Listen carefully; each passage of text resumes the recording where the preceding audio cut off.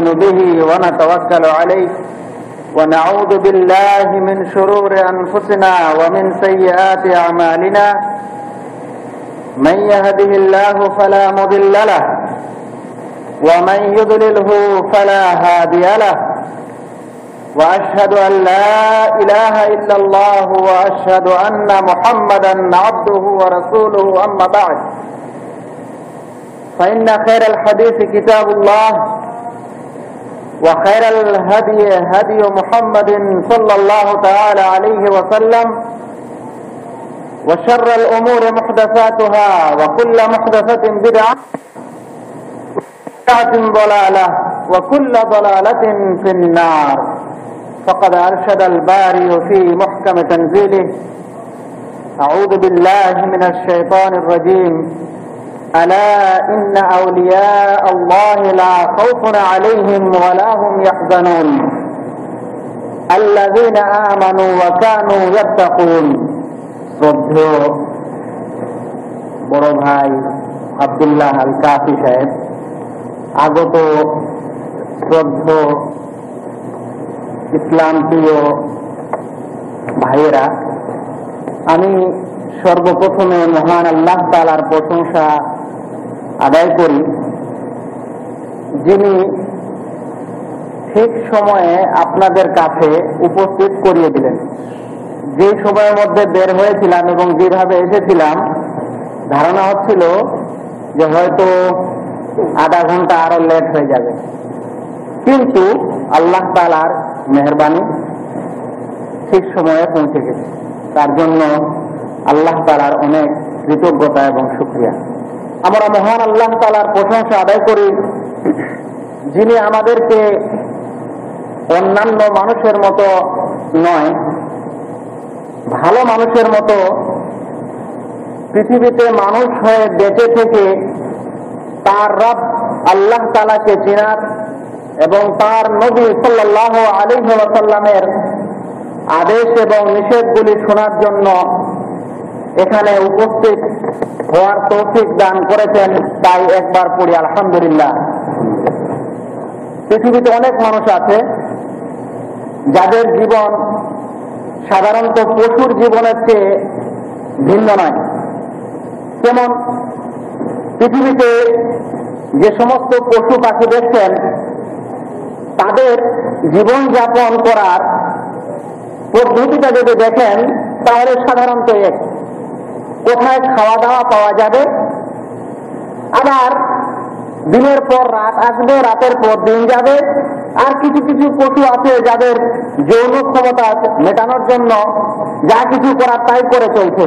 এরকম কিছু মানুষ বর্তমান যুগে হয়ে গেছে। কোথায় টাকা পয়সা ইনকাম করা যাবে, কিভাবে টাকা পয়সা ইনকাম হবে, তারপরে কিভাবে ঘুমাবে, কিভাবে বাড়ি তৈরি করবে, কিভাবে স্ত্রী ছেলেপেলের সঙ্গে উঠা বসা করবে, তারপর এভাবে করতে করতে গোটা জীবনটা কাটায়, কবরে ঘুমিয়ে পড়বে। তো এই জীবনটা, এইরকম মানুষের জীবন আর পশু পাখির জীবনের মধ্যে কোনো পার্থক্য নেই। কিন্তু সেই মানুষের জীবন উৎকৃষ্ট এবং ভালো যারা তার মহান আল্লাহ তাআলাকে চিনেছে, যারা তার প্রিয় নবী মুহাম্মদ মুস্তাফা সাল্লাল্লাহু আলাইহি সাল্লামকে চিনেছে, যারা বিদেশে এসেও আল্লাহ এবং আল্লাহ রাসূলের বাণী শুনতে আগ্রহী হয়েছে। আপনারা সৌভাগ্যবান। আমি আপনাদের কাছে আজকে যে বিষয়টা কেন্দ্র করে আলোচনা করতে চাচ্ছি, সেটা হয়তো আপনারা শুনেছেন, অবশ্যই শুনেছেন, কিন্তু কারো কাছ থেকে শুনতে একরকম লাগে, কেউ আর অন্যরকম করে উপস্থাপন করেন। এতটুকু পার্থক্য হয়। সেই হিসাবে চেষ্টা করা হবে যে কিছু আপনাদেরকে শোনানোর, কিছু জ্ঞান দেওয়ার, এবং আশা করব আল্লাহ যেন যা কিছু বলছি তাতে আমল করার এবং সবাইকে আমল করার তৌফিক দান করেন। আমিন। আজকে আমি যে আলোচনাটা করব তার বিষয়টা হচ্ছে আসল ওলি বা প্রকৃত ওলি এবং নকল ওলি বা ভণ্ড ওলি, বা বর্তমান যুগে যাদেরকে আমরা ওলি মনে করছি তাদের কার্যকলাপ এ সম্পর্কে আজকের আলোচনা হবে। আলোচনার শুরুতে ওলির মানেটা বলে দেওয়া ভালো মনে করছে। ওলি আরবি শব্দ ওয়ালা থেকে নেওয়া হয়েছে, যার মানে হচ্ছে, ওয়ালার মানে হচ্ছে বন্ধুত্ব, আর ওলি মানে হচ্ছে বন্ধু বা প্রিয়। তো আমাদের দেশে যে বলা হয় ওলি, ওলি আল্লাহ, ওলি আল্লাহ আসলে হবে ওলিউল্লাহ। তো বলা হয় ওলি আল্লাহ, তার মানে হচ্ছে আল্লাহ তাআলার বন্ধু বা আল্লাহ তাআলার প্রিয়, তাকে বলা হয় ওলি। ওলির অন্য আরো মানে আছে, যেমন ওলি গার্জিয়ানের মানেতেও ব্যবহার হয়। তো এখানে যেই মানেটা আমরা বা যে বিষয়ে আমরা আলোচনা করব সেই মানেটা হচ্ছে আল্লাহ তাআলার প্রিয় বান্দা বা আল্লাহ তাআলা বন্ধু। কিন্তু এই ওলিকে আমাদের দেশে আরো একটা নামে বর্তমান মানুষেরা জানে, এই ওলি নামটা অতখানি ব্যবহার করে না। ওলি ছাড়া যে নামটা ব্যবহার হয় সেটা হচ্ছে পীর বা ফকির, মারেফতি পীর, তরিকতি পীর, হাকিকতি পীর, এইসব মানেতে ব্যবহার হয়। মানে ওলির মানেটা এখন সাধারণত আমরা ওলির যেটা আসল মানে সেটা পীরের বেলায় ব্যবহার করি। তাহলে মানেটা কি ছিল, আসল কি মানে সেটা দেখার নেই। অর্থাৎ যাদেরকে আমরা আল্লাহর বন্ধু বা প্রিয় মনে করি সেই সমস্ত লোককে দেশে পীর বলে জানা যায়। তাদের সম্পর্কে আলোচনা হবে যে আসল ওলি বা আসল পীরকে, আর আল্লাহ তাআলা বা আল্লাহ রাসূল সাল্লাল্লাহু আলাইহি সাল্লাম কাকে আসল ওলি বলেছেন আর আমরা কাকে মনে করছি, এ সম্পর্কে আজকে আলোচনা হবে ইনশাআল্লাহ। তবে পীর কথাটা সম্পর্কে তো আরো বলে দিই, পীর কিন্তু কোনো বাংলা শব্দ নয়। পীর হচ্ছে ফার্সি শব্দ, যার মানে হচ্ছে বুড়ো বা বয়স্ক। বয়স্ক লোককে আরবিতে ফার্সিতে পীর বলা হয়। এই শব্দ কোরআন হাদিসে পাওয়া যাবে না, আর ওই শব্দটাই আমরা এখন ব্যবহার করি বেশি। দেশে আমরা কিছু মানুষকে ডর এবং কৌপিন পরে দেখতে পাই, ডর কৌপিন পরা মানুষ। আর কোন কোন সময় আবার নগ্ন শরীরে কিছু নেই, ল্যাংটা লোক, তাকেও কিন্তু আমরা কোন সময় ওলি বা পীর মনে করি। আবার কোন সময় কিছু মানুষকে দেখা যায় যে গলায় এক বড় বড় বড় দানাওয়ালা তাবিজের মতো মালা পরেছে, হাতেও খুব মোটা মোটা দানাওয়ালা তাবিজের আকারে বড় বড় দানাওয়ালা তসবিহ, আর হাতে লাঠি। কিছু কিছু মানুষ ভাবে যে হ্যাঁ, এটাই মনে হয় খুব কামেল পীর আর বড় ওলিউল্লাহ। কিছু কিছু মানুষকে দেখা যায় যে হাতে লাঠি টাঠি নেই, কিন্তু চুলগুলোর খুব জোটা বেঁধে গেছে, দাড়িগুলোরও খুব জোট বাঁধা, হাতের নখগুলো কিন্তু খুব লম্বা লম্বা। মানুষ মনে করে এর মধ্যে কোনো কারামতি আছে, এটাই মনে হয় বড় বুজুর্গ বা বড় পীর। কিছু মানুষ এরকম হয় না, অন্য ধরনের হয়। হাতে একটা একতারা নিয়ে ডুক ডুক ডুক ডুক করে বাজাতে থাকে, কিছু কবিতা করতেই থাকে। কোনো সময় বাউল গান গায়, কোনো সময় ভাওয়াইয়া গায়, কোনো সময় পল্লী গীতি গায়, কোনো সময় লালন ফকিরের গীত গায়। মানুষ মনে করে যে এই সমস্ত কথা কিন্তু আসলে পীরে কামেলেরই পীরের কথা, এটা পীরের কথা, এটা ওলির কথা, এটা বলি। কিছু মানুষ আমরা তাদেরকে ওলি মনে করি। আর বিশেষ করে যখন একটু সমস্যা হবে তখন শুরু হয়ে যাবে সেই গান, পীর ফকিরের বাংলাদেশ রহম করো আল্লাহ, পীর ফকিরের বাংলাদেশ রহম করো আল্লাহ। ওই বাংলাদেশটা যেন পীর ফকির হয়ে গেছে, অন্যান্য মানুষের নেই। গানওয়ালারাও যারা গান লিখছে এখন গোটা দেশটাকে পীর ফকিরের হাওয়ালা করে দিয়েছে। আর আরো যখন যুদ্ধ হবে তখন আল্লাহ মেঘ দে, ছায়া দে, পানি দে, ওই পীর ফকির আলাদা গাইবে। মানুষ মনে করে যে এরা খুব বড় কারামতিওয়ালা লোক, এই সমস্ত কিছু মানুষকে বলছে, বুঝাচ্ছে।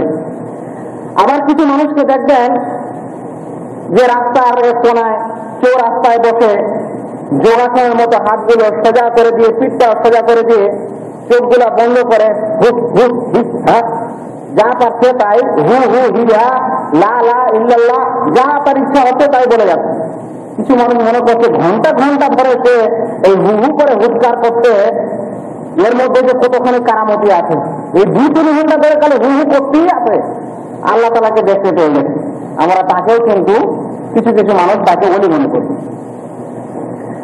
আর কিছু দেখা যায় যে এরকম গুহা করে না, কিন্তু সৌদি আরবের মতো সুন্দর সাদা লম্বা জুব্বা, মাথায় সবুজ পাগড়ি, হাতে সুন্দর একটা লাঠি, আর চারপাশে 4-5 জন খাদেন তার সেবা শুশ্রূষা করছে এবং যাচ্ছে হাতে চুমা দিচ্ছে, পায়ে চুমা দিচ্ছে, কপালে চুমা দিচ্ছে, যে যেখানে পাচ্ছে শুয়ে খায় সরিয়ে লাগাচ্ছে। আমরা মনে করছি যে মনে হয় এই লোকটার মধ্যে আসলেই কিছু কারামতি আর আসলেই সে বলি উল্লাহ, না হলে এই লোকটার এত সেবা শুশ্রূষা আর এরকম সুন্দর পোশাক পরিচ্ছদ কেন, তাকেও আমরা কোনো সময় ওলি মনে করি।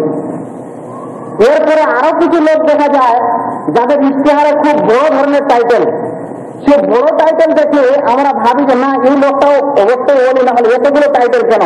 টাইটেল গুলো কি? অনেক ধরনের টাইটেল। যদি নামটা দেখতে চান সেই আলেমের, তাহলে নামটা কিন্তু অনেক পরে পাবেন, আগে টাইটেল গুলো পড়তে পড়তে হিমশিম খাবেন। কি ধরনের টাইটেল? পীরে কামেল, হাদিয়ে জামান, আওলাদে রসুল, কুতুবে রব্বানি, মাহবুবে সুবহানি, মহামান্য ফজিলতুল শেখ অমুক। এই যে টাইটেল, মানে পীরে কামেল, হাদিয়ে জামান, একটা কিন্তু বাংলা নয়। মানুষেরা মনে করে, সাধারণ অজ্ঞ মানুষেরা মনে করে যে এগুলো যে কোন ইউনিভার্সিটিতে পড়ার ডিগ্রি আল্লাহ জানে, কোন মনে হয় কোনো বড় বড় ইউনিভার্সিটিতে পড়েছে, নাহলে পীরে কামেল কোন ডিগ্রি আল্লাহ জানে, হাদিয়ে জামান, আওলাদে রসুল, বাহ, একটাও বাংলা দেওয়া হয় না, কারণ বাংলা দিলে তো মানুষ বুঝে ফেলবে। ওই জন্য উর্দু না হলে আরবি ঢুকানো হয়, যেন মানুষ বুঝে ফেলে যে হ্যাঁ এটা তো একটা বিরাট গুরুত্বপূর্ণ টাইটেল আছে, যেমন মুমতাজুল মুহাদ্দিসিন, দাখিল ফাজেল আলেম, এরকম একটা বড় ধরনের টাইটেল পাওয়া গেছে। আমরা তাকেও কিন্তু ওলি মনে করি। কিন্তু কথা হলো ভাই, মহান আল্লাহ তাআলা কাকে ওলি বলেছেন? এরকম টাইটেল ওয়ালা লোককে ওলি বলেছেন, এরকম যারা জুব্বা করে তাদেরকে ওলি বলেছেন, এরকম যারা জোট দেখে, মাথায় জোট আছে, দাড়িতে জোট আছে, হাতে লাঠি আছে, তসবিহ আছে, তাকে আল্লাহ তাআলা ওলি বলেছেন? না, কাকে আল্লাহ তাআলা ওলি বলেছেন? আল্লাহ তাআলা কোরআনে সূরা ইউনূসের 62 এবং 63 নম্বর আয়াতে আল্লাহ তাআলা বলছেন, আলা ইন্না আউলিয়া আল্লাহি লা খাউফুন আলাইহিম ওয়া লা হুম ইয়াহজানুন আল্লাযীনা আমানু ওয়া কানু ইয়াত্তাকুন। আল্লাহ তাআলা যদি এই আয়াতটা বর্ণনা না দিতেন তাহলে কিন্তু এরকম সব মানুষই ওলি হয়ে যেতেন, কিন্তু আল্লাহ তাআলা বর্ণনা দিয়ে দিয়েছেন যেন আমরা বুঝতে পারি যে ওলিকে। আল্লাহ বলছেন যে খবরদার, যারা আল্লাহ তাআলার বন্ধু তাদের কোনো ভয় নেই, কোনো ভীতি নেই। আল্লাযীনা আমানু ওয়া কানু ইয়াত্তাকুন, যারা ঈমান এনেছে এবং ইয়াত্তাকুন, আল্লাহকে ভয় করেছে। যারা মুমিন এবং মুত্তাকি, সে আল্লাহর ওলি এবং তার কোনো ভয় নেই এবং কোনো ভীতিও নেই। তাহলে আল্লাহ তাআলা ওলি হওয়ার জন্য দুটি শর্ত দিয়েছেন। একটি হলো ঈমান বা মুমিন, দ্বিতীয়টা হচ্ছে তাকওয়া বা মুত্তাকি হওয়া। যার মধ্যে ঈমান আছে এবং যার মধ্যে তাকওয়া আছে সে মানুষ ওলি।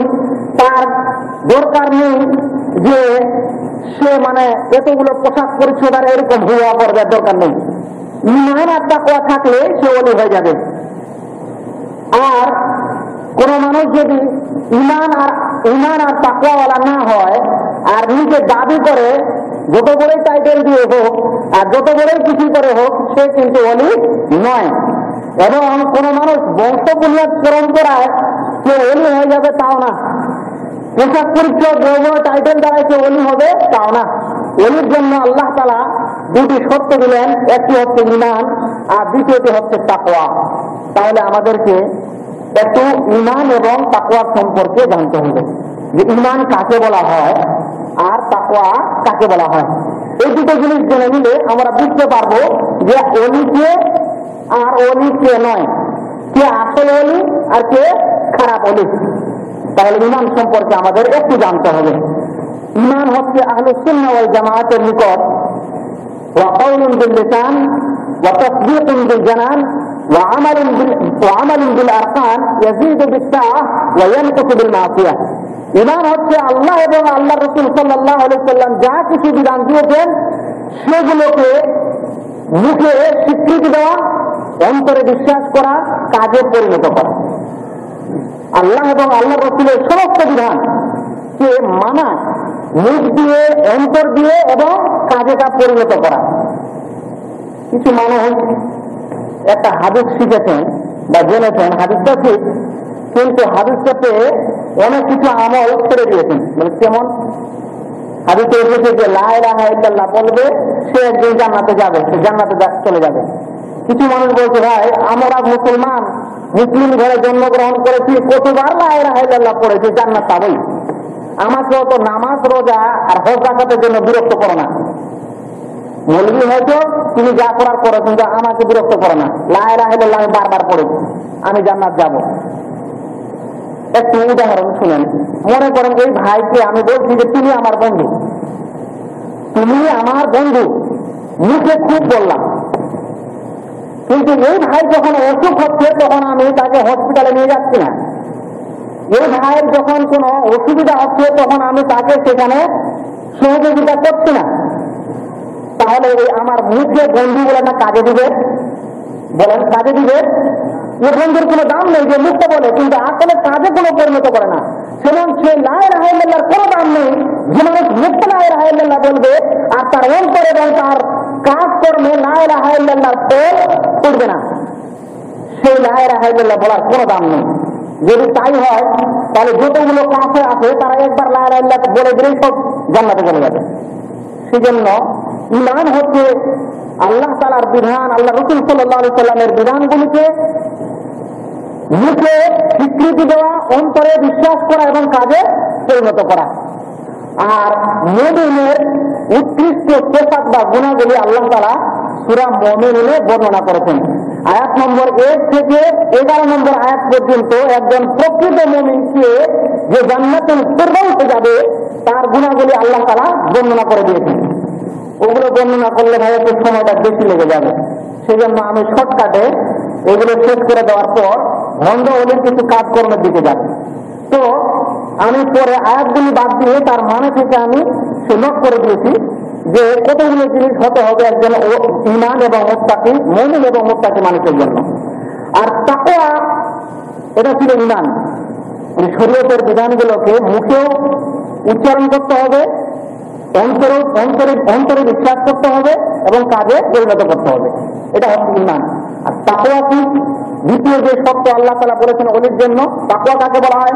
তাকওয়া হচ্ছে ইমতিসালু আওয়ামিরিহি তাআলা ওয়া ইজতিনাবু নাওয়াহিহি বিফি'লি কুল্লি মা'মুরিন ওয়া তারকি কুল্লি মানহিয়্যিন আনহু হাসবা তাকা। তাকওয়া হচ্ছে আল্লাহ তাআলার আদেশগুলোকে পালন করা এবং তার নিষেধগুলোকে ছেড়ে দেওয়া, এটা হচ্ছে তাকওয়া। আর এই মুত্তাকি সম্পর্কে আল্লাহ তাআলা সূরা বাকারার 177 নম্বর আয়াতে বর্ণনা করে দিয়েছেন। ভালো মুমিনের গুণাবলী বর্ণনা করেছেন সূরা মুমিনের 1 নম্বর আয়াত 1 থেকে 11 নম্বর আয়াত পর্যন্ত।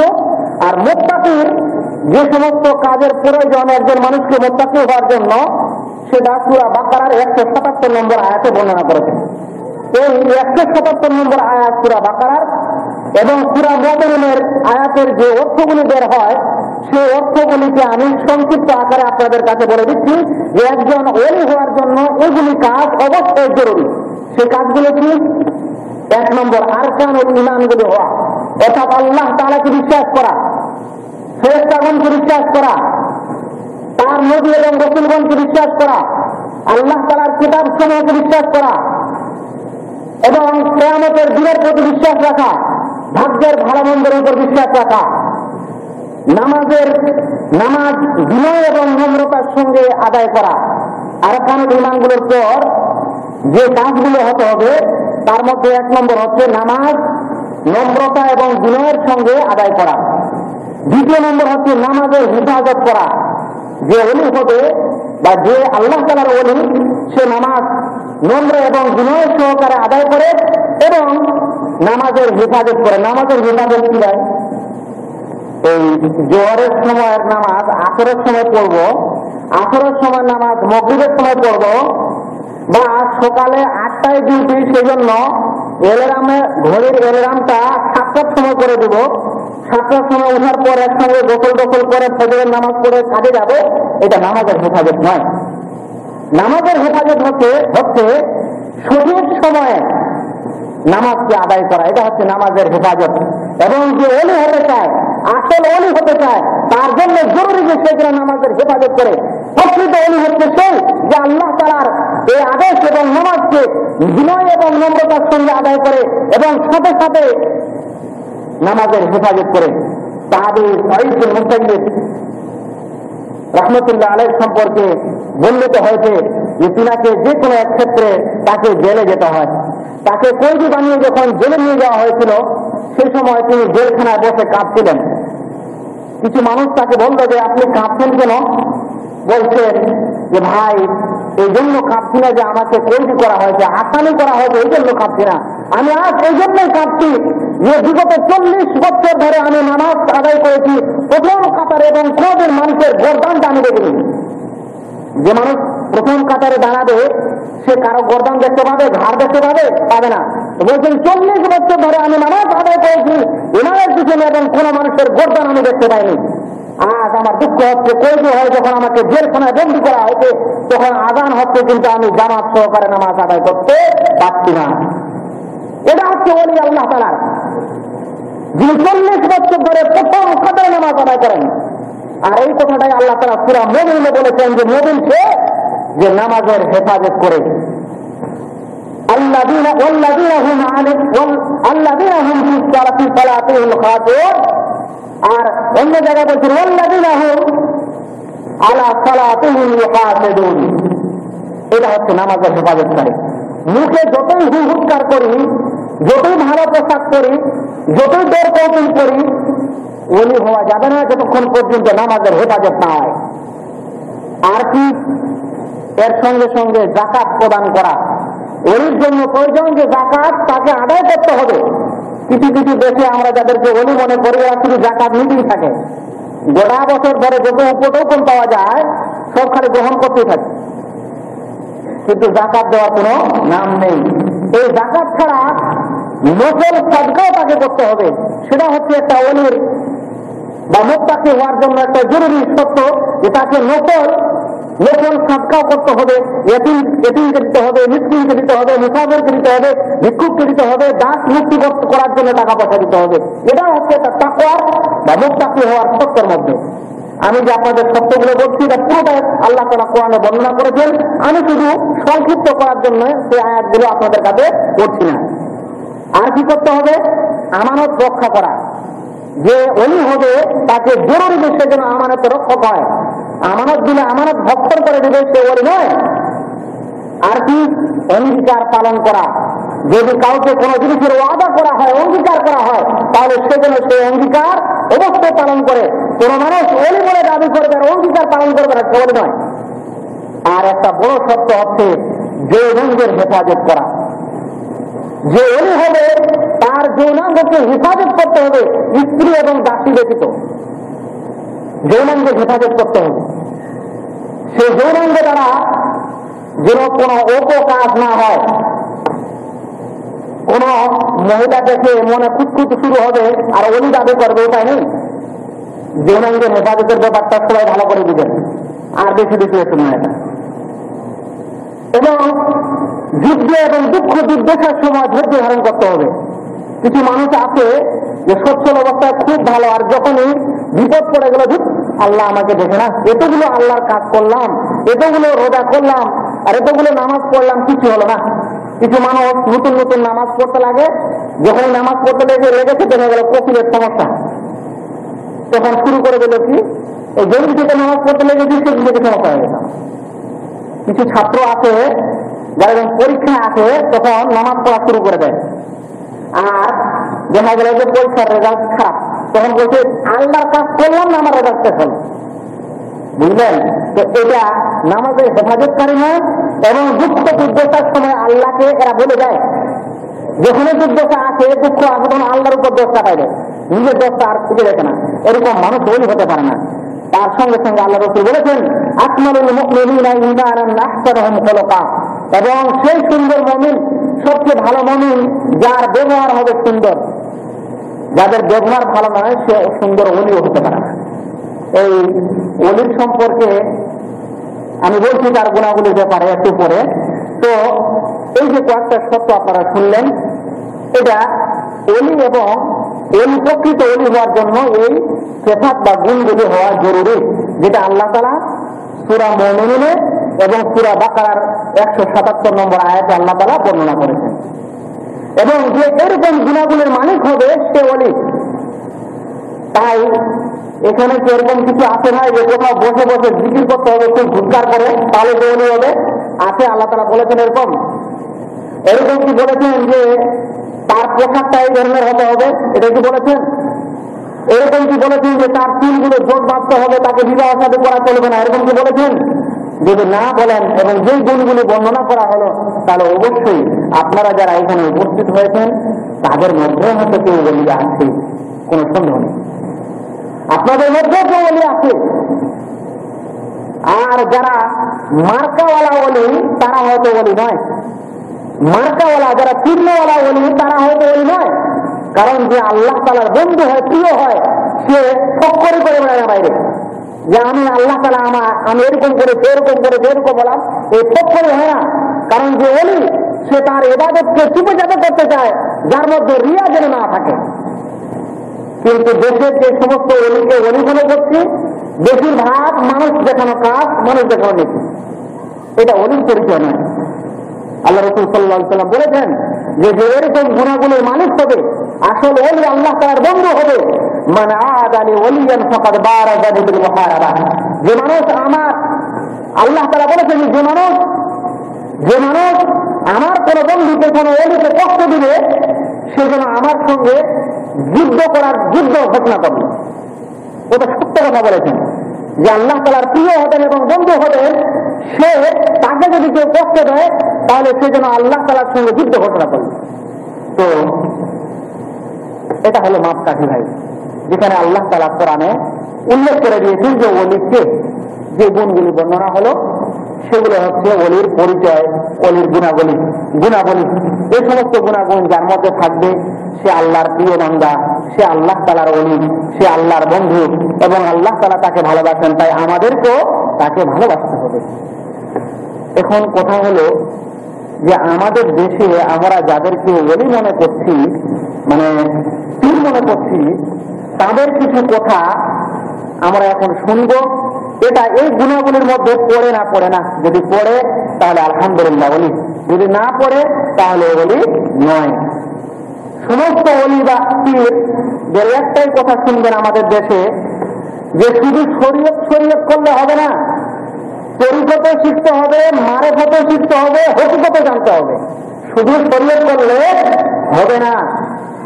এখন সমস্যা হয়ে গেল, শরীয়ত কোন জিনিস, আর তরিকত কোন জিনিস, আর মারেফত কোন জিনিস, আর হকিকত আবার কোন জিনিস, বলছি একটু পরে। তার আগে শরীয়তটা একটু শুনে নেন। শরীয়ত বা শরিয়ত কাকে বলা হয়? পূর্বের ভাষায় তারা বলতে চাচ্ছে যে শরীয়ত হচ্ছে এই কোরআন হাদিসের যে শিক্ষাগুলো আলেম ওলামারা মাদ্রাসার দ্বারা, আলেম ওলামার দ্বারা, মসজিদের ইমামেরা, খতিবেরা যে সমস্ত বই পুস্তক করে মানুষকে বোঝাচ্ছে, শোনাচ্ছে, সেগুলো হচ্ছে শরীয়ত। এটা হচ্ছে তাদের কথা। শারঈ বা শরীয়ত বলা হয় তাকে, যেটা শারে আমাদেরকে দিয়েছেন। শারে মানে যিনি বিধান রচনাকারী। ইসলামের বিধান রচনাকারী কে ভাই? মহান আল্লাহ তাআলা এবং আমাদের প্রিয় নবী মুহাম্মদ মুস্তাফা সাল্লাল্লাহু আলাইহি ওয়াসাল্লাম। আল্লাহ এবং আল্লাহ রাসূল যা কিছু দিয়েছেন সেটাই হচ্ছে শরীয়ত। তাই এই শরীয়তের ইলম এবং শিক্ষা যদি দেখতে চান, তাহলে আমি মনে করি আপনাদের এই দাওয়াতি সেন্টার জোবাইরের লাইব্রেরিটা একটু দেখে দিবেন, কতগুলো ইলম আছে। এটা হচ্ছে শরীয়তের ইলম। এটাই হচ্ছে প্রকৃত বিধান, যেটা মহান আল্লাহ তাআলা এবং আল্লাহ রাসূল সাল্লাল্লাহু আলাইহি ওয়াসাল্লাম আমাদেরকে দিয়ে গেছেন। কিন্তু সমস্ত পীরেরা আমাদের দেশের বা ওলিরা কি বলে যে এই সমস্ত ইলম যেগুলো মৌলভী সাহেবেরা, হুজুরেরা মাদ্রাসায় পড়ছে, মসজিদে আলোচনা করছে, মানুষকে বোঝাচ্ছে, এটা তো মাত্র 30 ভাগ। এই ইলমটা, এই শরীয়তের ইলমটা মাত্র 30 ভাগ। আর 70 ভাগ আছে আমাদের কাছে, যেটার নাম হচ্ছে তরিকত, মারেফত এবং এই যে শরীয়তের ইলম আজ মানুষ শিক্ষা করছে, এটা হচ্ছে ভাই শরীরের চামড়ার মতো, শরীরের চামড়ার মতো। আর শরীরের আসল জিনিস হচ্ছে রক্ত, মাংস, হাড্ডি। এই রক্ত, মাংস, হাড্ডির ইলম হচ্ছে আপনার আমাদের কাছে, আর এই মৌলভী সাহেবদের কাছে আছে শুধু চামড়ার ইলম। বলছে শরীয়তটা হচ্ছে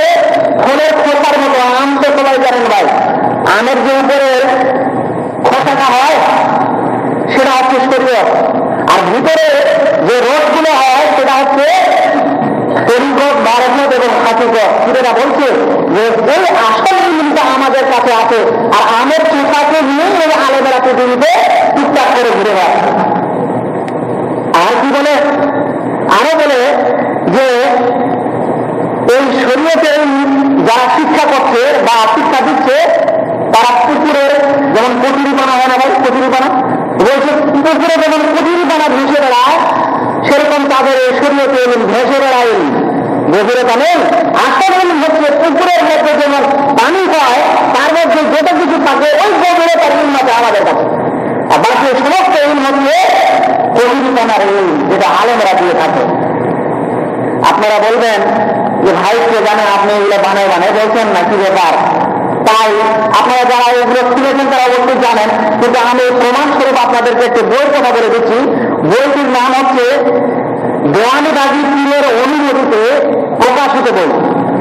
দেশের অনেক পীর দেওয়ানবাজি, সাইদাবাদী, আটহাজারি, চরমনায়, আটরশি, শাহজালাল, অমুক তমুক অনেক।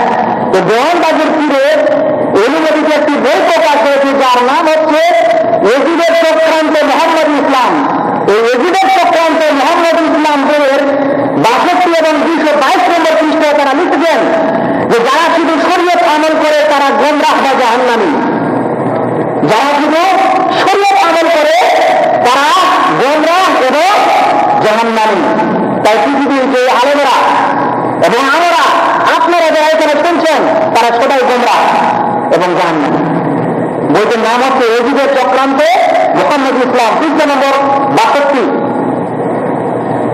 আর 222 নম্বর পৃষ্ঠায় আবার লিখছেন শুধু শরীয়ত করলে হক পথের সন্ধান লাভ করবে না। কেউ যদি শুধু কোরআন হাদিসের চর্চা করে তাহলে সে কোনদিন হক পথ থেকে পাবে না। তাহলে কি বোঝা গেল ভাই, দেশের সমস্ত পীরদের দাবি হচ্ছে যে শরীয়তের শিক্ষা আসল শিক্ষা নয়, আসল শিক্ষা হচ্ছে পরিপথ শিক্ষা, মানবগত শিক্ষা এবং হকিগত শিক্ষা। যদি কেউ এটা না শিখে তাহলে তারা গোমরাহী এবং জাহান্নামী। এখন আমাদেরকে জানতে হবে যে তাদের এই দাবিটা কতখানি ঠিক বা কতখানি ঠিক নয়, এবং এটা ওলির কথা না কার কথা। আসলে ওলি এরকম কথা বলে না ভণ্ড বলে এরকম কথা বলে। আপনাদের জেনে রাখা দরকার নবী হযরত মুহাম্মদ মুস্তাফা সাল্লাল্লাহু আলাইহি ওয়াসাল্লাম যখন বিদায় হজ করেছিলেন, হিজ্জাতুল বিদায় হজ, সেই হজে আল্লাহ রাসূলের সাথে প্রায় 1,14,000 সাহাবী হজ করেন। লক্ষাধিক সাহাবীর মাঝে আল্লাহ রাসূল সাল্লাল্লাহু আলাইহি ওয়াসাল্লাম যখন খুতবা দিয়েছিলেন, যে আলোচনা করেছিলেন সেই আলোচনাটা উটের পিঠের উপর করছেন। এমন সময় আল্লাহ তাআলার পক্ষ থেকে বাণী আসছে, ওহী আসছে। আল্লাহ তাআলা বলছেন আল-ইয়াওমা আকমালতু লাকুম দীনাকুম ওয়া আতমামতু আলাইকুম নি'মাতি ওয়া রাদিতু লাকুমুল ইসলাম দীনা। আজকের দিনে আমি তোমাদের ধর্মকে পরিপূর্ণ করে দিলাম এবং তার থেকে আমি খুশি এবং আনন্দিত। যদি আল্লাহ তাআলা বলেন যে আমি এই ইসলামকে পূর্ণ করে দিয়েছি, তাহলে এখন যদি কোনো মানুষ চুরি করতে, হাসি করতে, মারা করতে কথা বলে তাহলে তাদের কথাটা ঠিক বলেন ঠিক না। কারণ আল্লাহ তাআলা এই শরীয়তকে এবং এই ধর্মকে পূর্ণ করে দিয়েছেন। সেই যুগ থেকে আজ পর্যন্ত পৃথিবীর কোন মানুষ যদি একটি বিধান ঘোষণা করতে চায় ইসলামের নাম দিয়ে, তাহলে তার জীবনের কোনো দাম নেই, কোনো দাম নেই তার জীবনের। কারণ আল্লাহ তাআলা এই শরীয়ত এবং ইসলামকে পূর্ণ করে দিয়েছেন। এবং আল্লাহ রাসূল সাল্লাল্লাহু আলাইহি ওয়াসাল্লামকে আদেশ করা হয়েছিল ইয়া আইয়ুহার রাসূল বাল্লিগ মা উনজিলা ইলাইকা মির রাব্বিক, মুহাম্মদ তুমি পৌঁছে দাও আল্লাহর পক্ষ থেকে যা তোমার উপর অবতীর্ণ করা হয়েছে। তাই আল্লাহ রাসূল সাল্লাল্লাহু আলাইহি ওয়াসাল্লামের উপরে ইসলামকে নিয়ে যা কিছু অবতীর্ণ করা হয়েছে আল্লাহ রাসূল তা মানুষকে পৌঁছে দিয়েছেন, শিখিয়ে দিয়েছেন। এবং সে কারণে আল্লাহ রাসূল হিজ্জাতুল বিদায় হজ করার সময় আকাশের দিকে আঙ্গুল উঠিয়ে বলেছিলেন যে আল্লাহুম্মা হাল বাল্লাগতু, হে আল্লাহ আমি তোমার ধর্মকে পৌঁছে দিলাম, আল্লাহ তুমি সাক্ষী থাকো। অর্থাৎ আল্লাহ রাসূল আল্লাহকে সাক্ষী রেখে বলে গেছেন আমি আমার ইসলামকে পূর্ণরূপে পৃথিবীর সমস্ত মানুষকে যে যখন ছিলেন আল্লাহ রাসূল সাল্লাল্লাহু আলাইহি ওয়াসাল্লাম সবকে ইসলাম পৌঁছে দিয়েছেন। তাই কেউ এখন নতুন কোন দিনের দাবি করলে সেই দাবি ভণ্ড দাবি, ইসলামের দাবি হতেই পারে না। আর একটি কথা আমি আরো বলতে চাই। আল্লাহ রাসূল সাল্লাল্লাহু আলাইহি ওয়াসাল্লাম বলেছেন যে মান কাতামা ইলমান উলজিমা ইয়াউমাল কিয়ামাতি বিলিজামিন মিনান নার। যদি কোনো মানুষ ইলমকে, শিক্ষাকে, শরীয়তি জ্ঞানকে লুকিয়ে রাখে, মানুষকে না দেয়, কিয়ামতের দিনে তাকে আগুনের লাগাম করানো হবে। কাউকে যদি আল্লাহ তাআলা শরীয়তে ইসলামের জ্ঞান দেন, আর সেই জ্ঞান যদি সে মানুষকে শিক্ষা না দেয়, লুকিয়ে রাখে, তাহলে কিয়ামতের দিনে আল্লাহ তাআলা তাকে কি করবেন? আগুনের লাগাম করাবেন। যদি আজ ইসলামের এই শরীয়তি শিক্ষা ছাড়া অন্য কোনো শিক্ষা আছে বা ছিল, তাহলে আল্লাহ রাসূল সাল্লাল্লাহু আলাইহি ওয়াসাল্লাম কেন আমাদেরকে বলে গেলেন না? তাহলে সাহাবায়ে কেরামদের বিরাট একটি জামাত কেন আমাদেরকে শিখিয়ে দিলেন না? যারা সবাই জানতেন যে ইলম শিখালে, ইলম লুকালে কিয়ামতের দিনে শাস্তি ভোগ করতে হবে, তাহলে কি সাহাবায়ে কেরামরা শাস্তি নিতে চান? নিতে চান না। এটা হলে তাহলে এটা হচ্ছে তাদের নিজস্ব কথা, অন্যের কথা নয়। এখন এই সমস্ত ওলিরা বা পীরেরা যে বলে যে তরিকতি আছে, মারেফতি আছে এবং হাকিকতি জিনিস আছে, এবং এই সমস্তটি যার নাম ভাঙায় এরা নিজের জীবন চালায়, তিনি হচ্ছেন শেখ আব্দুল কাদের জিলানী রাহমাতুল্লাহ আলাইহি। তিনি হচ্ছেন বড় পীর এবং তারই নকল থেকে এই সমস্ত নাকি পীরেরা হয়েছে। তাহলে উনার একটি কথা শুনে যাক যে শরীয়তি ইলম ছাড়া অন্য আবার কোনো মারেফতি হকিকতে আপনার নেই। শেখ আব্দুল কাদের জিলানী বা বড় পীর রাহমাতুল্লাহ আলাইহি একটি বই আছে যার নাম হচ্ছে ফাতহুল গায়ব। এই ফাতহুল গায়বের 7 নম্বর পৃষ্ঠায় তিনি বলছেন, কুল্লু হাকিকাতিন লা ইয়াশহাদু লাহা শারউ ওয়া জিন্দাকা। প্রত্যেক ওই হকিকত বা হকিকতে ইলম, যে ইলম যে শরীয়ত সমর্থন দেয় না, শরীয়ত তাকে মানে না, বা শরীয়ত তাকে কোন রকম শরীয়তের বিষয়ে শরীয়ত তাকে সাপোর্ট করে না, তাহলে সেটা কুফরি। যে কোনো হাকিকতি, মারেফতি বা তরিকতি জিনিসের মানুষ দাবি করে, আর আমাদের শরীয়ত কোরআন এবং হাদিস তাকে সাপোর্ট করে না, তাহলে এরকম সমস্ত হাকিকতি এবং মারেফতি আর তরিকতি হচ্ছে জিন্দাকা কুফরি জিনিস। এটা কে বলে গেছেন? পীর সাহেবদের আসল পীর।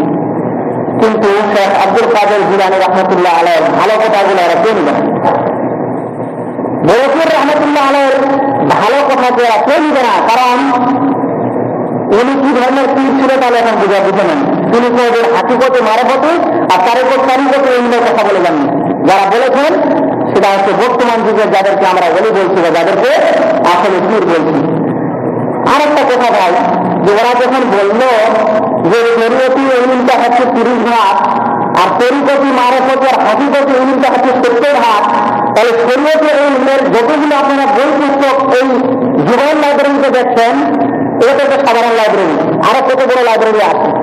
এতটুকুই যে দেখলেন, তখন একটু দরকার যে আমরা একটু পীরদের হাকিকতি আর তরিকতি ইলম দেখার জন্য একটা লাইব্রেরি দেখতে চাই। সত্য ভাগ মানে এরকম 3 লেভেল হতে হবে। এবারে তো আমরা লাইব্রেরি দেখতে চাই, কোথায় আছে সমস্যা এই, এবং কেন লুকিয়ে রেখেছে সমস্যা এই, কেন আমাদেরকে দিতে চান? আসলে এরকম কোন শিক্ষা নেই, আবার এরকম কোন শিক্ষা নেই। ইসলামের সেই কথা আসল কথা, যে কথা আমাদের মহান আল্লাহ তাআলা বলেছেন এবং আমাদের প্রিয় নবী মুহাম্মদ মুস্তাফা সাল্লাল্লাহু আলাইহি ওয়াসাল্লাম বলেছেন। এই 30 ভাগ শরীয়তি শিক্ষা ওরা সাধারণত একটু নামাজ, রোজা এই সমস্ত কিছুকে বলেছে। বলার পর তারপর বলেছেন কি যে এই শরীয়তি 30 ভাগ শিক্ষার পর আর 30 ভাগ শিক্ষা হবে, সেটার নাম হচ্ছে তরিকতি শিক্ষা। তরিকতি শিক্ষা কি? তরিকতি শিক্ষা, তরিকত মানে হচ্ছে পদ্ধতি। পদ্ধতি কিসের পদ্ধতি? কিছু হয় জিকির করার পদ্ধতি। জিকির মানে হচ্ছে আল্লাহ তাআলাকে স্মরণ করা। আল্লাহ রাসূল সাল্লাল্লাহু আলাইহি ওয়াসাল্লাম সবসময় আল্লাহ তাআলাকে স্মরণ করতেন, সবসময় স্মরণ করতেন। স্মরণ করার নিয়ম কি? কিছু তাসবিহ পাঠ করা, সুবহানাল্লাহ, আলহামদুলিল্লাহ, আল্লাহু আকবার, কিছু দোয়া দরুদ পাঠ করা। আল্লাহ রাসূল ঘুমাতে যেতেন তখনও দোয়া পড়তেন, ঘুম থেকে উঠতেন তখনও দোয়া পড়তেন, যখন পায়খানা পেশাবে যেতেন তখনও দোয়া পড়তেন, পায়খানা পেশাব থেকে বের হতেন তখনও দোয়া পড়তেন, যখন তিনি আরো অন্যান্য কাজ করতেন তখনও দোয়া পড়তেন। কানা রাসূলুল্লাহ সাল্লাল্লাহু আলাইহি ওয়াসাল্লাম ইয়াযকুরুল্লাহ আলা কুল্লি আহয়ানি। আল্লাহ রাসূল সব সময় আল্লাহ তাআলা স্মরণ করতেন। এটা হচ্ছে জিকির, এবং এটা সবসময় মানুষ করতে পারে। কিন্তু আমাদের দেশের ওলিরা কিছু পদ্ধতি তৈরি করেছেন জিকির করার, বুঝলেন? বলছেন যে এই যে আল্লাহ তাআলার জিকির করতে হবে, স্মরণ করতে হবে, তার কিছু পদ্ধতি আছে। এবং প্রত্যেক জিকিরের একটা করে জায়গা আছে। সেই কারণে ডান স্তরের নিচে একটা জায়গা আছে জিকির করার, যার নাম হচ্ছে লাতিফায়ে কালব। আর ডান স্তরের নিচে একটা জায়গা আছে যার নাম হচ্ছে লাতিফায়ে রূহ। আর নাভির নিচে একটা জায়গা আছে জিকির করার, তার নাম হচ্ছে লাতিফায়ে আনফুস। আর দুই স্তরের মাঝে একটা জিকিরের স্থান আছে, তার নাম হচ্ছে লাতিফায়ে শের। আর কেবালে আবার একটা জিকিরের স্থান আছে, তার নাম হচ্ছে লাতিফায়ে হাদিস। আর তালুতে একটা আছে যার নাম হচ্ছে লাতিফায়ে আফতার। এগুলো হচ্ছে জিকির করার পদ্ধতি, আর এটা হচ্ছে কারিগত শিক্ষা। আচ্ছা, আপনাদেরকে একটা রহস্য বলে দিই। কেন এরা এই জিকিরের জায়গাগুলোকে শুধু স্তন আর বুক আর কোটাল আর পেটের মধ্যে রেখেছে? কিছু খারাপ দিয়ে আছে, ভণ্ডকে আছে, যারা মহিলাদেরকে জিকির শিক্ষা দেয় এবং আল্লাহ জানে যখন তারা অন্ধ মহলে অন্ধকার ঘরে মহিলাদেরকে জিকির শিক্ষা দেয় আর এই সমস্ত জায়গা ছিল, তখন মনে হয় সেখানে সেখান থেকে পালায়। এগুলো হচ্ছে কি হয়ে বাড়াচ্ছি যারা এই সমস্ত জিকিরের জায়গা তৈরি করেছে কিছু নিজস্ব খারাপ উদ্দেশ্যের কারণে। মানুষ মুখে যেরকম কথা বলে সেরকমের জিকির করতে হবে, টানা তৈরি করে কোনো জিকির নেই। জিকিরের নাম দিয়েছে, একটা জিকিরের নাম দিয়েছে পাঁচ আনফাস পদ্ধতি। পাঁচ আনফাস পদ্ধতি। আর বোকা হলে একটু ভালোই বোকা। পাঁচ কথাটা এমন জিনিস আরবিতে নেই। যদি জিকিরটা আসলে ভালো হয় তাহলে তোমার কোরআন হাদিসের শব্দ হবে, কোরআন হাদিস আছে কিছু আরবিতে। তো পাঁচ বলে আরবিতে কোনো জিনিস নেই, কিন্তু এরা দাম দিয়েছে পাঁচ আনফাস পদ্ধতি। তার মানে এটা ওদের নিজের তৈরি করার শব্দটা বলি। এই নিয়মটা কি? পাঁচ আনফাস পদ্ধতি জিকির হচ্ছে ভাই, শ্বাস নেওয়ার সময় বলতে হবে লা ইলাহা, আর শ্বাস ছাড়ার সময় বলতে হবে ইল্লাল্লাহ। লা ইলাহা ইল্লাল্লাহ, লা ইলাহা ইল্লাল্লাহ। এই ধরনের জিকির। আর কি জিকির? আর জিকির হয়েছে যে নাভির নিচ থেকে লা ইলাহাটাকে টেনে ডান করবে, মানে ডান দিকে অন্তরে বাড়ি মারতে হবে। লা ইলাহা ইল্লাল্লাহ, লা ইলাহা ইল্লাল্লাহ চালানো ভাবে জিকির যেতেও পারে। এটা হচ্ছে একটা আরো জিকিরের পদ্ধতি। আরো জিকিরের পদ্ধতি শুনেন, এটা জিকিরের নাম হচ্ছে জিকিরে হাদ্দাদি। এই জিকিরে হাদ্দাদি কি জিকির? এই জিকিরটা হচ্ছে যে লা ইলাহা ইল্লাল্লাহ বলার বসে থাকতে হবে চার জানি হয়ে। এরকম বসে থাকার সময় লা ইলাহা ইল্লাল্লাহ টেনে বলার পর ডান দিকে কাঁধের কাছে নিয়ে আসতে হবে। লা ইলাহা বলার পর উঠে উঠতে হবে, উপরে হাত দুটার ভিতরে বেরোতে ইল্লাল্লাহ, মানে বসতে হবে আর উঠতে হবে, বসতে হবে আর উঠতে হবে। বসে লা ইলাহাকে টানতে হবে, কাঁধের কাছে নিয়ে নিতে হবে, আর ইল্লাল্লাহ বলার সময় উঠে উঠে হাত দুটাকে উপরে করতে হবে। এটা হচ্ছে জিকিরের পদ্ধতি। আর এটাই হচ্ছে তাদের তরিকতি শিক্ষা। আর তৃতীয় শিক্ষাটা হচ্ছে মানবগত শিক্ষা। বলতেন যখন মানুষ জিকির করতে শুরু করবে তখন কিন্তু সে নূর দেখতে পাবে, আল্লাহ তাআলাকে দর্শন করতে পারে। আর এই জিকির করতে করতে যখন নূর দেখতে পাবে, ডান দিকে যদি নূর আছে, আলো আছে, লাল আলো, তাহলে তার এটা মানে। বাম দিকে যদি আলো আছে, সবুজ আলো, তাহলে এটা মানে। কালো যদি আলো আছে তাহলে এটা মানে। আর হলুদ আলো আসলে এটা মানে। আমি বলছি ভাই, যদি এরকম লাফালাফি খুব করে তো এমনি তার মাথা এমন চক্কর খাবে যে আলো বের হবে। কোনদিন খুব খিদা লাগলে বসে থাকেন আর উঠলেন, তখন ঝকমক চোখ দিয়ে আলো বের হয় না, বা কোনো সময় ছোট্ট কাজ করার সময় আলো বের হয় না। এই ভিডিও যদি একটু খিদে রাখা করা যায় তাহলে আলো বের হবে না। এটাই আলো। এরা মনে করছে আমরা আল্লাহ করেছি, এরা ভাবতে দিয়ে যে আল্লাহ করেছে। আর এই আলো যখন দেখতে পায় তখন বলছে যে তৃতীয় স্তরের মানুষ হয়ে গেল, মানে বলতে যে আল্লাহ তাআলাকে দর্শন করতে পারছে। আর চতুর্থ পর্যায়ের নাম দিয়েছে হাকিকতি দিয়ে। এটা হাকিকতি দিয়ে, হাকিকতি এই জিকির করতে করতে যখন নূর দেখবে, আল্লাহর দর্শন পাবে, তখন একটা এমন পর্যায়ে হবে যে আল্লাহ তাআলা তার মধ্যে নিজে ঢুকে যাবেন এবং আল্লাহর মধ্যে কোন রকম পার্থক্য থাকবে না, বিলীন হয়ে যাবে। আর এই আকীদাকে বলা হয় আকীদা হুলুল।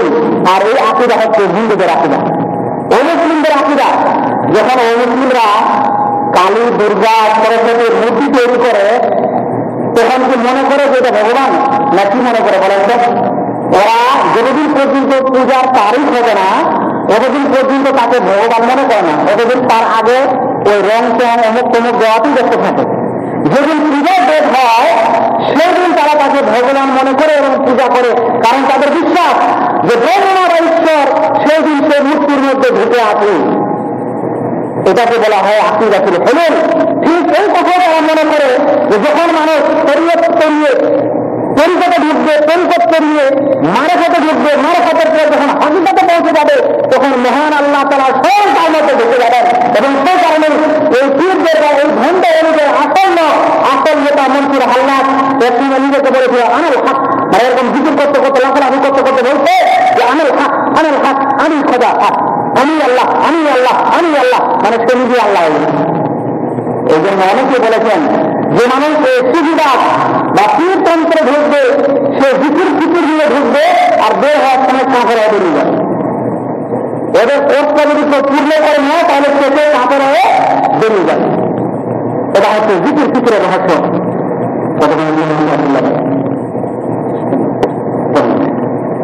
আর দুটি জিনিস আমরা এখানে আজ শিখব। আপনারা জানেন যারা এরকম সমাজে বসবাস করেন, বেশিরভাগ জিকিরের মজলিস পীরের দরবারে রাত 12টার পর হয়, মধ্যরাতে হয়। এই মধ্যরাতে যখন জিকিরের হালকা বসে, মজলিস বসে, সেই মজলিসে বসার সময় স্ত্রী পুরুষ সব কিছু একত্রিত হয়। মহিলাদেরকে আলাদা রাখে, পুরুষদেরকে আলাদা রাখে। রাখার পর যখন জিকির শুরু হয় তখন মাঝে একটা পর্দা টেনে দেয়, বাতিও জ্বালানো থাকে। এখন যখন জিকির শুরু হলো, আপনাদের বলেছিলাম জিকিরের পদ্ধতি আছে, এরকম টানা টানে পা টানফাট করতে করতে আস্তে আস্তে করতে করতে উঠা বসা সব শুরু হবে। এই যখন উঠা বসা শুরু হয়ে যাবে, জিকিরের শেষ পর্যায়ে পৌঁছাবে, সেই সময় একদিকে গান বাজবে, কবিতা কাওয়ালি, অন্যদিকে ডুগডুগি, তবলা, হারমোনি একদিকে বাজবে, আরেকদিকে হাততালি চলবে, আরেকদিকে নাচানাচি চলবে। এরকম চলতে চলতে যখন পাগল হয়ে যাবে তখন একদিক দিয়ে একজন কবিতা পড়বে যে মনের পর্দা বড় পর্দা, বাইরের পর্দা উঠাওরে। এই যে পর্দা তৈরি হয়েছিল পুরুষ আর মহিলার মধ্যে, তখন কবিতা করবে কি যে মনের পর্দা আসল পর্দা, বাইরের পর্দা উঠাওরে। মানে আসল পর্দা তো মনেরই পর্দা, এই যে বাইরের পর্দা তৈরি দিয়েছেন এই পর্দা লাভ নেই, তার পর্দা করান। যখন এই কবিতা পড়া হবে তখন পর্দা কেড়ে নেওয়া হবে, তখন পুরুষ আর নারী মহিলা সব একত্রিত হয়ে নাচানাচি শুরু হয়েছে। আমার কিছুক্ষণ পর তখন বলবে কি যে মনের আলো বড় আলো, বাইরের আলো নিভাবে। এই যে আলো বলেছিল একত্রিত হয়ে গেছে, এখন মনের আলো বড় আলো, এই আলো আপনার আলো, বাইরের আলো নিভাও, বাতে সব নিভাই দিল। এখন কি সমস্যা হবে আপনারা দিবেন। আর এই সমস্যার পর এই রাত 12টা থেকে নিয়ে 2টা পর্যন্ত 2 ঘন্টা নাচানাচি করে, মাতলামি করে এবং উপভোগ করার পর যখন বাড়ি ফিরবে তখন সকাল 10টার আগে আর কেউ চেতন হবে না। ফজরের নামাজ গেল আর তারপরে হয়ে গেল এখন সবচেয়ে বড় হল।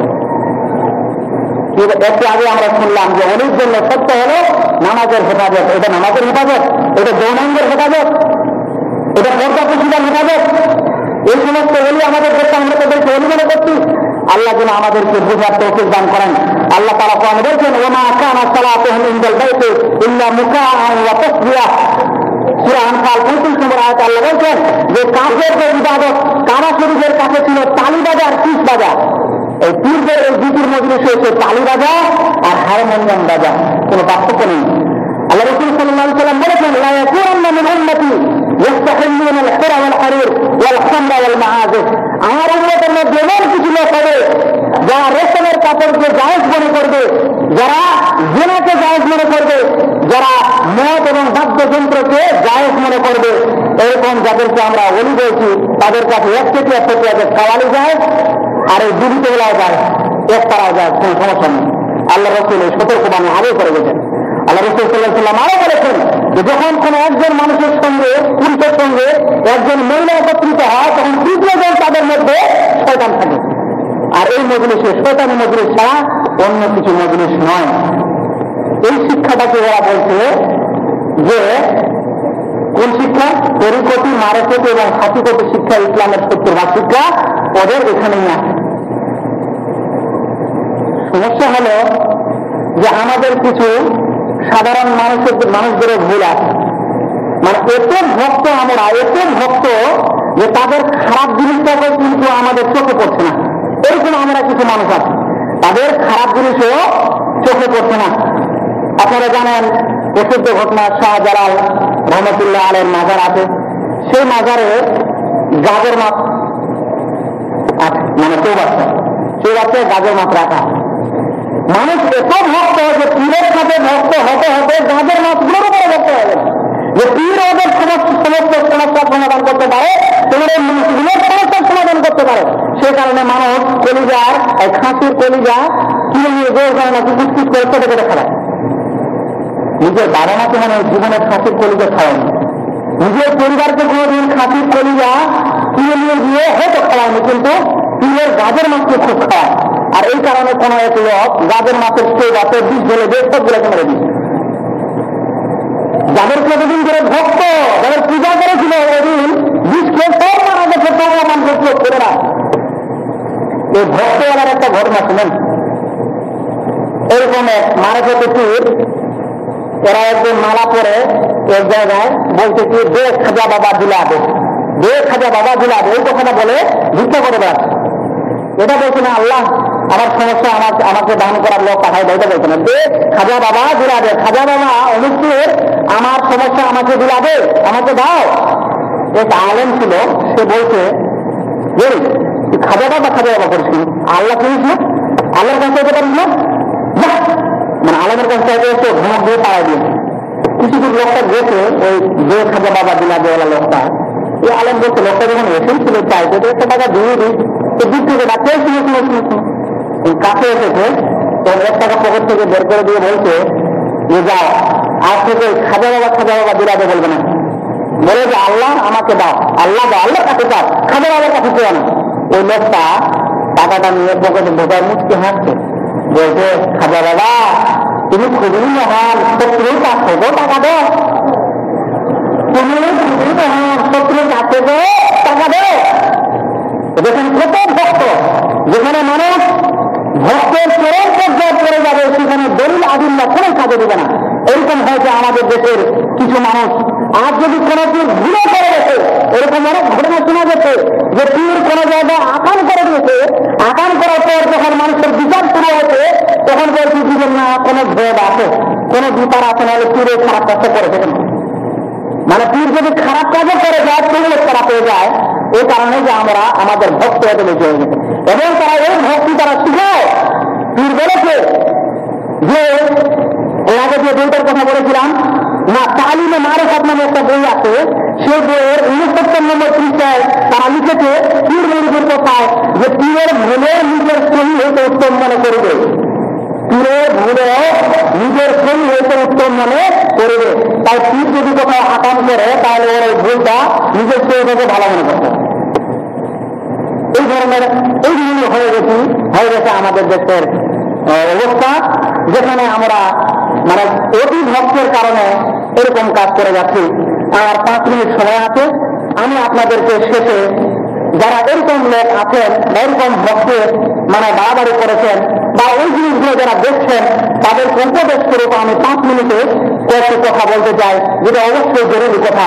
জেনে রাখবেন এই পীরতন্ত্র বা পীরের যে সমস্ত কার্যকলাপ আমাদের দেশে হচ্ছে বা তাদের যে সমস্ত পদ্ধতি বা নিয়ম কানুন আছে, এই সমস্ত নিয়ম কানুন আসলে 3টি জায়গা থেকে নেওয়া হয়েছে, 3টি বিধান থেকে নেওয়া হয়েছে। 1 নম্বর হিন্দুজি থেকে নেওয়া হয়েছে, 2 নম্বর শিয়াদের কাছ থেকে নেওয়া হয়েছে, 3 নম্বর উপরে কোরআন হাদিসের একটি লেভেল তৈরি দেওয়া হয়েছে। সেই জিনিসটা আমি আপনাদেরকে 5 মিনিটে বলে দিতে চাচ্ছি। শিয়াদের কাছ থেকে যে সমস্ত কিছু এই সকল লোকেরা নিয়েছে বা আমাদের দেশের অন্য বা পীরের নিয়েছে, সেগুলোর মধ্যে হচ্ছে যে শিয়াদের একটা আকীদা যে তাদের যারা ইমাম হবে তারা 12 জন ইমাম মনে করে, তাদের ছাড়া তারা শিক্ষা নেয় না, এটা আলাদা ঘটনা। তো শিয়াদের যারা ইমাম তাদের ক্ষমতা আছে যে পৃথিবীর সমস্ত কিছুর মধ্যে তারা কিন্তু পরিবর্তন আনতে পারে, পৃথিবীকে চালাতে পারে, পৃথিবীকে বন্ধ করতে পারে, পৃথিবীর মধ্যে যা কিছুর প্রয়োজন সমস্ত কিছুর তারা কিন্তু মালিক। আর পীরদেরও এটা আকীদা যে হওয়ার হবে, কুতুব হবে, আওতাদ হবে, আবদার হবে, তারাও পৃথিবীর এরকম মানুষের সমস্যার সমাধান করতে পারে। সেজন্য অনেক মানুষকে দেখবেন যে তার নাকি জাহাজ ডুবে যাচ্ছিল আর পীর বাড়ি থেকে বসে উদ্ধার করে দিল। এটা হচ্ছে শিয়াদের আকীদা। শিয়াদের একটা রুকন, অর্থাৎ তাদের ধর্মের একটা স্তম্ভ হচ্ছে যে কবর জিয়ারত এবং মাজারের শ্রদ্ধা করা। এটা হচ্ছে শিয়াদের একটা মানে তাদের ধর্মের একটা রুকন বা স্তম্ভ। আর সেই জিনিসটা হয়েছে হ্যাঁ, এই কিছুদিন আগে আপনারা খবর শুনে হবেন যেটা ইরাকে ঘটে গেল, তাদের এক ইমামের সেই কবরে জিয়ারত করার জন্য লোকেরা যাচ্ছিল। ব্রিজ ভেঙে বা যে কোনো ঘটনার কারণে মানুষ সেখানে হাজার মানুষ মারা গেছে। তো ওখানে জমায়েত হয়েছিল 10 লক্ষ মানুষ। সারা বিশ্ব থেকে কাবা শরীফে হজ করতে আসে মানুষের সংখ্যা 25 থেকে 30 লক্ষ, আর ওখানে একটা কবর জিয়ারতের জন্য মানুষ গেছে 10 লক্ষ। তাহলে চিন্তা করেন ওদের এটা রুকুন কি রুকুন না? একটু আগে বললাম যে তাদের ধর্মের এটা আসলে রুকুন বা বিধান স্তম্ভ, তাদেরকে কবরের জিয়ারত করতেই হবে, তার কাছ থেকে বরকত তাদের দিতে হবে। সেই কারণে 10 লক্ষ লোক সমাবেত হয়েছিল সেখানে। এই কবর এবং মাজারের সুন্দর করা, বরকত নেওয়া আর পূজা পাঠ করা এই আমাদের দেশের অলিরাদা ফিরেও করে। আর কি একটা স্পষ্ট জিনিস যেটা শিয়াদের সঙ্গে মিল আছে, শিয়ারা আলে দেয় আল্লাহ রাসূল সাল্লাল্লাহু আলাইহি ওয়াসাল্লামের বংশধরকে ভালোবাসে, অন্যান্য সাহাবীদেরকে ভালোবাসে না।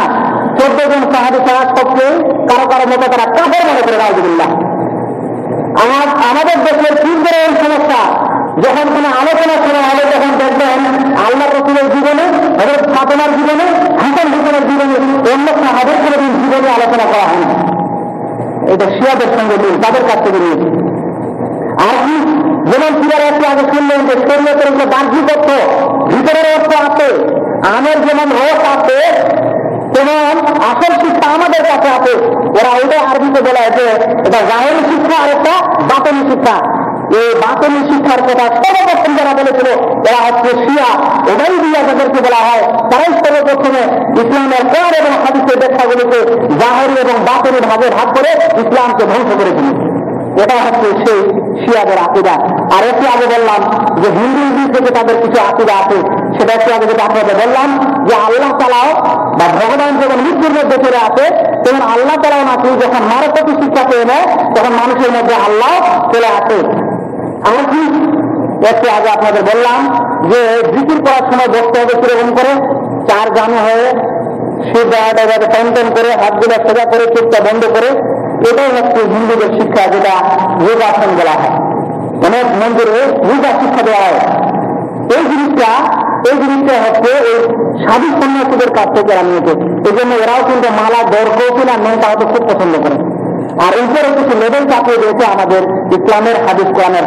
আসলে এদের শরীয়তের সঙ্গে বা ইসলাম বা কোরআন হাদিসের সঙ্গে কোনই সম্পর্ক নেই।